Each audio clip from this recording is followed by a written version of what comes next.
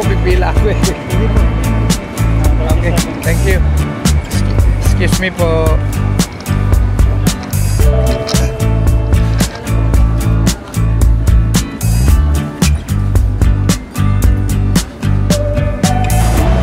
Dito na tayo sa iba.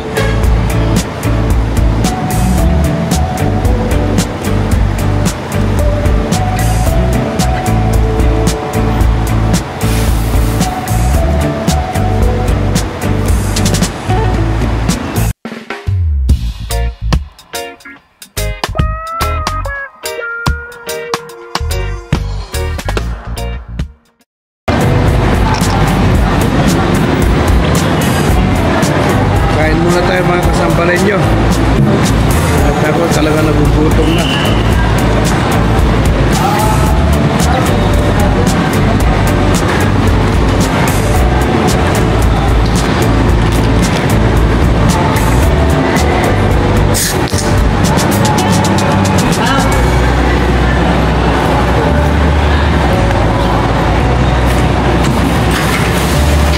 Traffic sa kon may Baisiha, may Vizcaya. Umalis kami doon alas 5 eh. Alas 5 lang hapon. 14.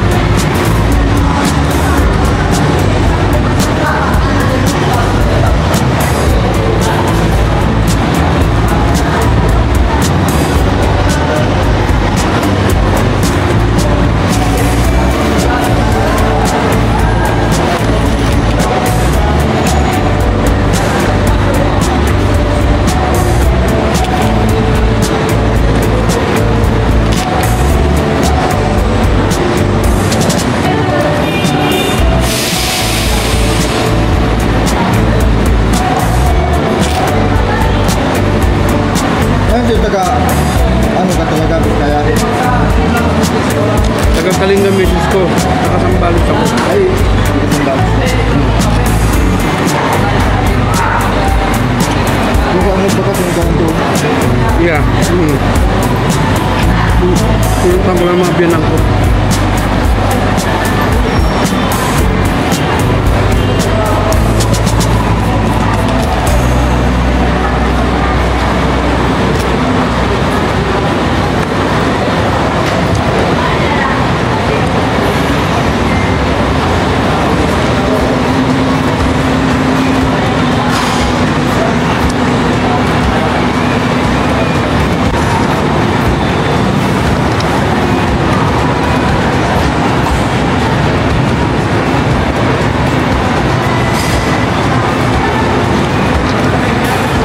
Iba.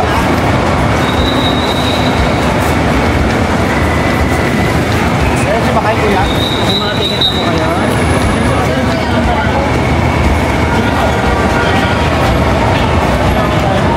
Iba kayo, sir. Iba.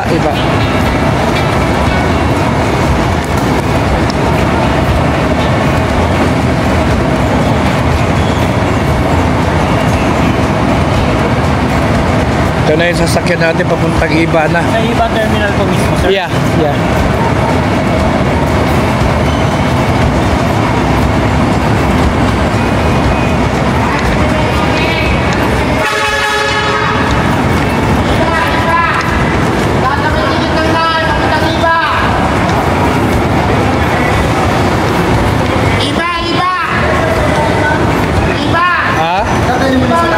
O, ilagay mo na ka doon. 36. 37.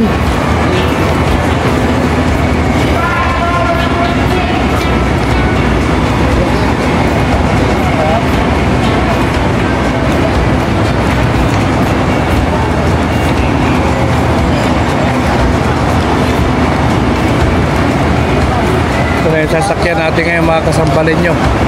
Our last bus going to Zambales.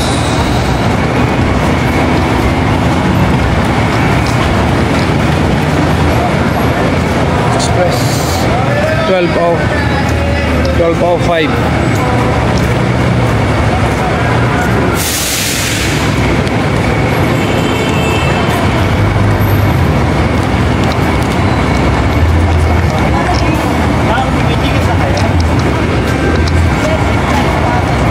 pasambalin nyo.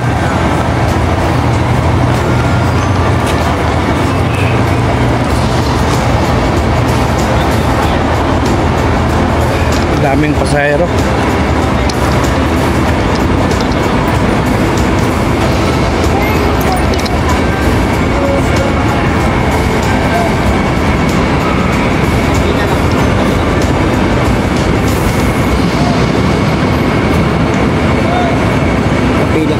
Yeah. Hindi, okay lang. Sige lang. Walang problema sa akin.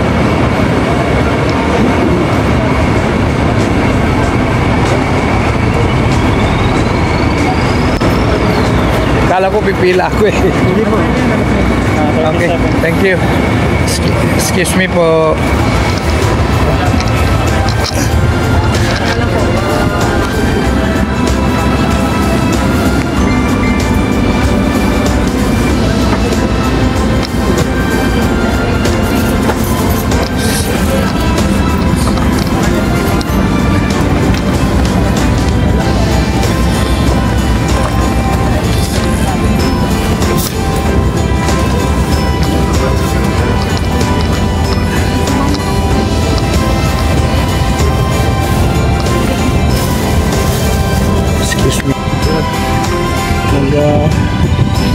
Toilet yung mga tao.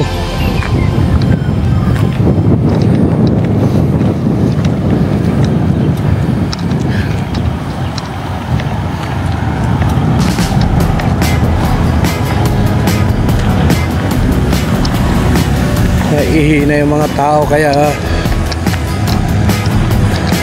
hindi naman dumaan sa San Fernando ito, kaya dito na huminto para makaihi yung mga tao. Halfway pa lang tayo, malayo-layo pa ang Iba Zambales. Ito yung sinakyan natin, 1205 Hino. Huminto lang umihi mga tao. Zambales, 2 oras na lang sa Iba Zambales na tayo.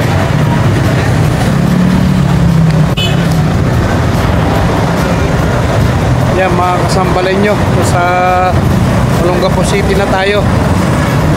2 hours more. Nakapila tayo dito.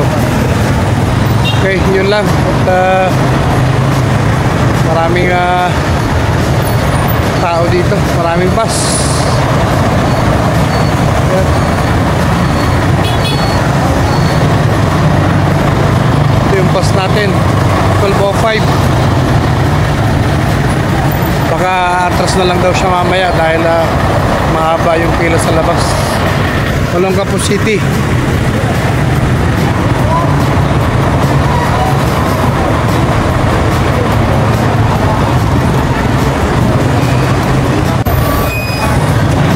Malis tayo sa Cubao alas 9. Ngayon alas 11 na. Kaya 2 hours na lang. Mga alauna alas 2 sa Iba Zambales tayo. Okay. March 16. March 15 pala. March 15. Olongapo City. Alas 11 ng umaga. Okay.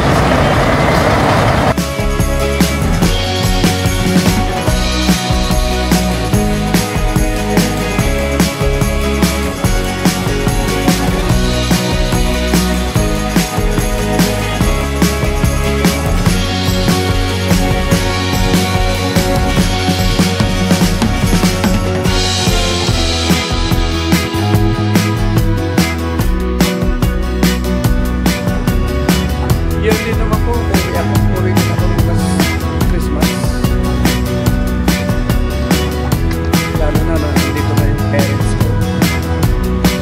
Wala, pag medyo may mga edad na, kailangan magdalaw-dalawin din natin eh. Hindi natin alam kung father ko 80 na po eh. Ano yung awa ng Diyos po naman, malakas pa, wala namang bisyo. Mother ko 78 na.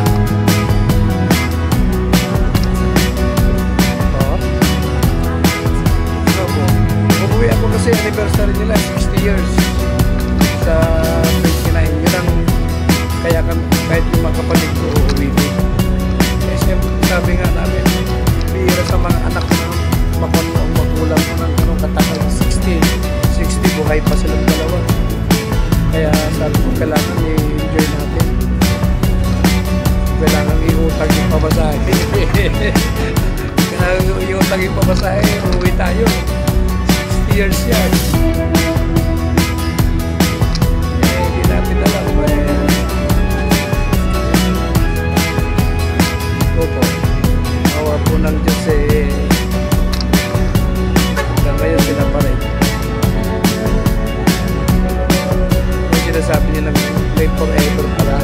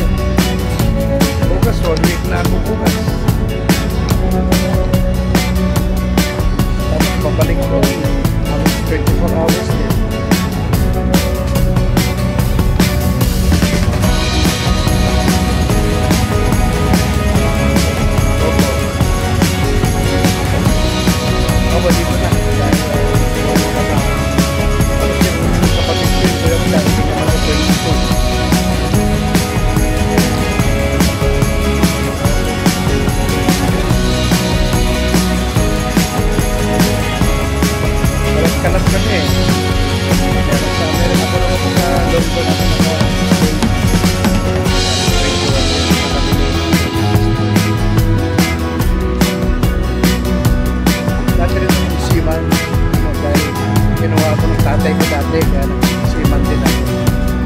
15 years. Kaya kaso sabi ng misis ko, puro ka babae, dito ka na lang. Kaya, 15 years ka sa barko, wala ka na ikot, hindi puro kwento. Wala eh, puro kwento eh. Kaya, tumigil ka na dyan, dito ka na lang. Wala eh, nakatatak na sa atin sa sinabi nila eh. Sibat mo loob mo. Eh sabi ko, hindi naman lang. Napasama lang ako doon sa bandolog. Eh, mabait naman tayo. Actually, nag-25 years din kami ni Mrs. noong October eh. Kaya, kahit pa paano, kaya mo.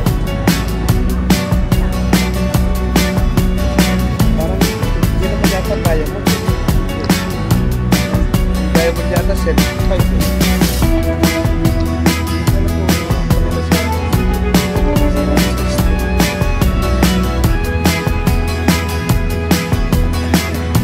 Ang problema naman kasi very sakto yung 29 eh.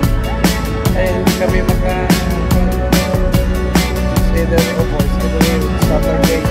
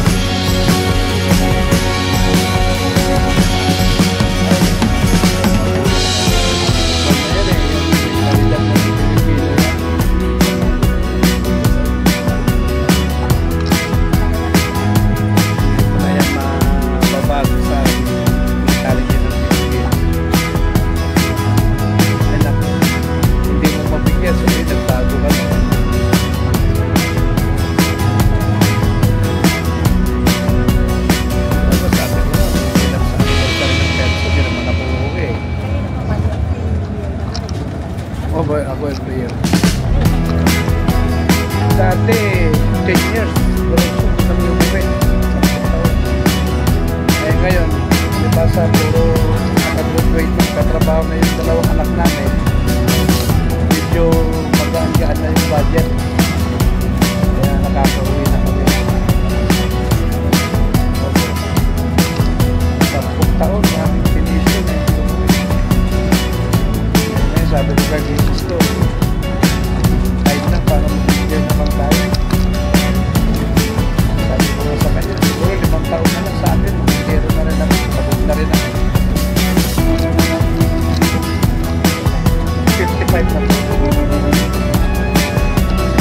5 taon na lang, may ID ba?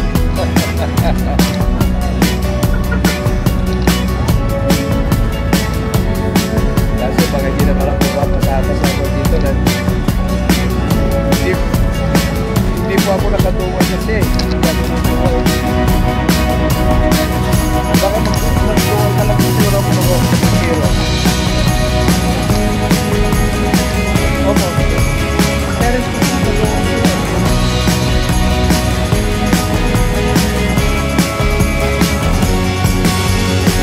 Dito na tayo mga kasampalin nyo.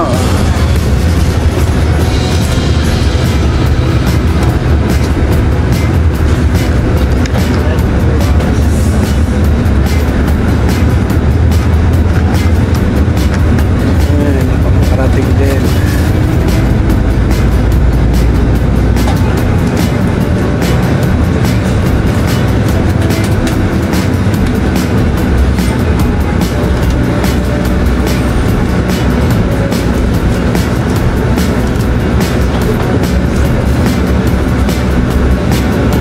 Terminal din po kayo bababa. Ah, doon pa rin kayo.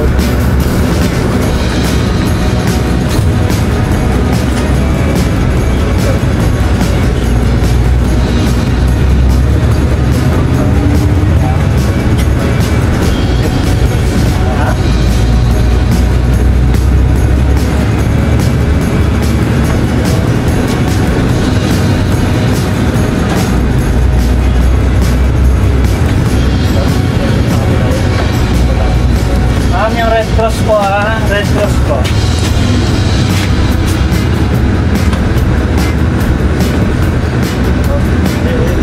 Kulay pula po.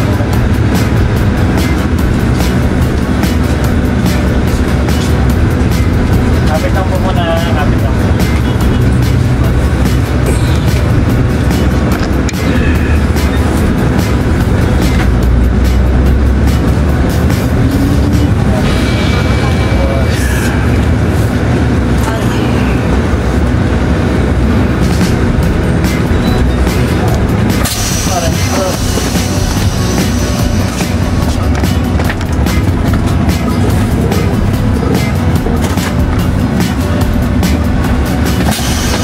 Hospital po meron, hospital po.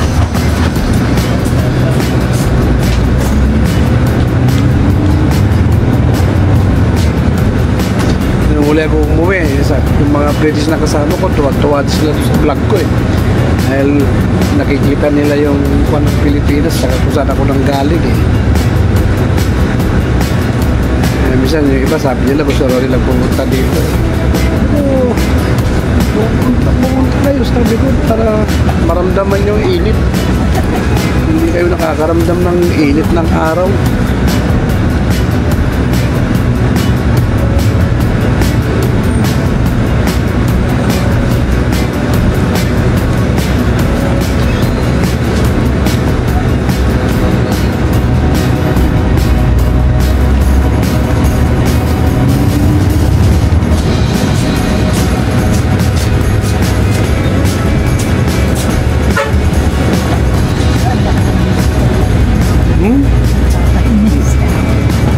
Kahit anong gawin nila dyan, kung hindi nila baguhin yung paganda ka lang ng paganda. Pagandahin mo yung servisyo, hindi yung hospital mismo.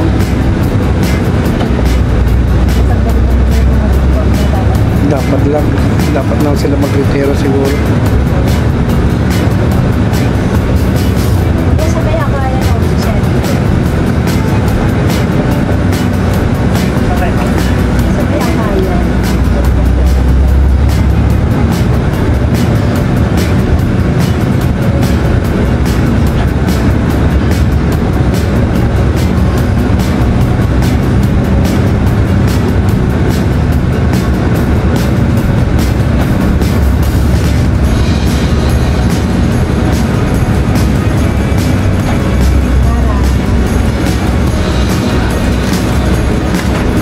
Okay. Nice meeting you po. Ingat po kayo.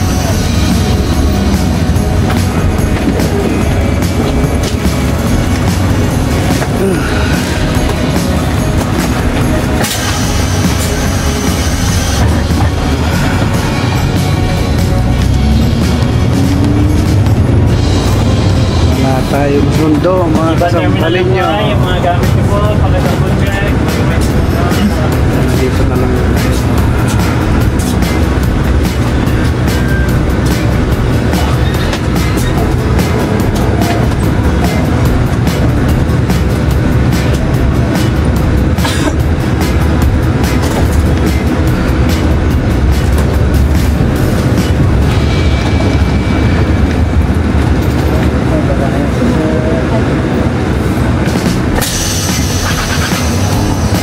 Pwede na ako bumaba dito? Opo, sir. Thank you ha. Thank you, sir. Thank you.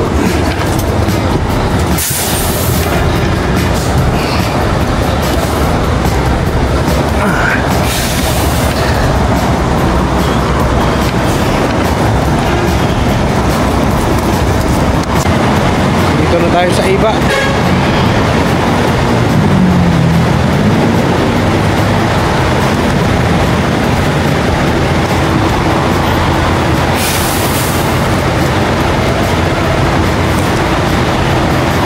Yung father ko sa sumundo sa akin. Ito yung sasakyan niya. That's my dad.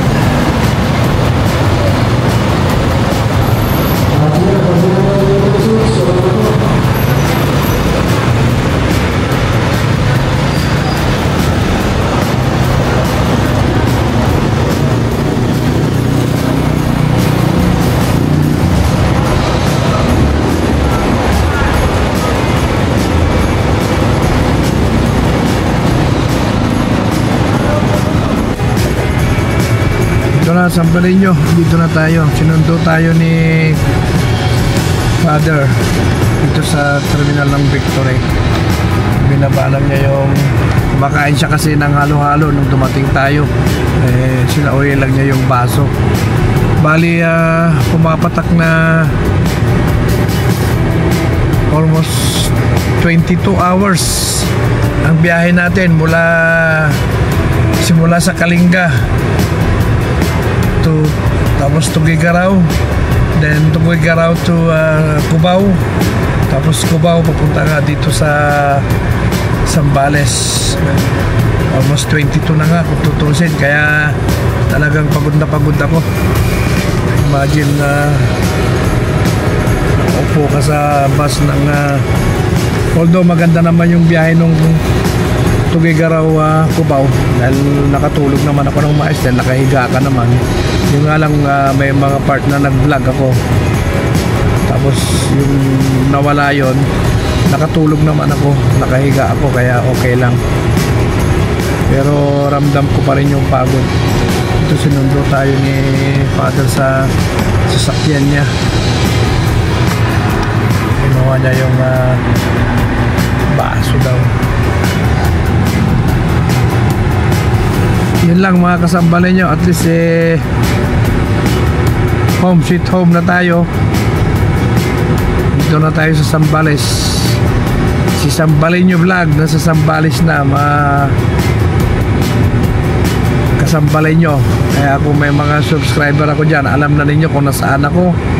Kaya lang baka pag napanood ninyo ito, nakabalik na ako sa UK. Dahil gaya nga nasabi ko, halos wala naman akong time mag-edit. Yung nga lang, isa nga lang yung naipasok ko mula nung dumating ako. Kaya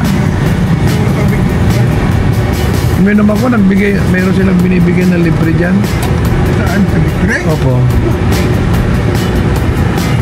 Ayawan ko bakit sila nagbigay. Hindi naman niya kagaya nung yung first class Kami, ilang beses kami sumakay sa practice. Wala na naman nagbigay ng siguro sa init ba siguro, kaya sila consideration lang. ayawan ko, nag-abot-abot sila. Di tinanggap-tanggap ko Oo naman, bigay nila Kaya ng father ko, mga kasambalin nyo, Basta kayong lahat dyan. mas mukha pang bata sa akin. Huwag nyo nang tanong kung bakit. Ilang taon ang kanadad? Hindi nyo alam, kung di nyo mahula kung ilang taon ng father ko. Bawal na bawal yung magtanong ng edad. Sa Amerika, pwede kang i-demanda yan eh. But sa tingin ko, walang tatama sa inyo. Pag-comment na lang kung sa tingin niyo ilang taon na yung father ko. Sigurado ako walang tatama sa inyo. Dahil ang dami naman nagsasabi niya na wala sa itsura niya yung edad niya. Kaya mas mukha pa ako ang ama daw. Eh samantalang ako ang bunso, mga kasampalay nyo. Especially kung makita niyo yung kuya ko, Mrs. darating din, baka sabihin niyo ako ang panganay. Kaya abangan nyo na lang, bablog natin si Utol pagdating niya. Total tayo rin naman ang susundo sa kanya. Kaya yun lang mga kasambalay nyo. At gaya ng sabi ko, almost 22 hours yung biyahe natin bago tayo nakarating dito sa ating bayan, Iba Zambales. Okay, yun lang at pauwi na kami. At talagang ako nagugutom na rin, di pa ako na nanghali. Mabuti nag-almusal ako sa Cubao kanina sa terminal. Pwede naman kumain. Hindi, yun lang. Bye. Kahit ano lang naman. Okay, yun lang mga kasambalay nyo. Okay, bye bye.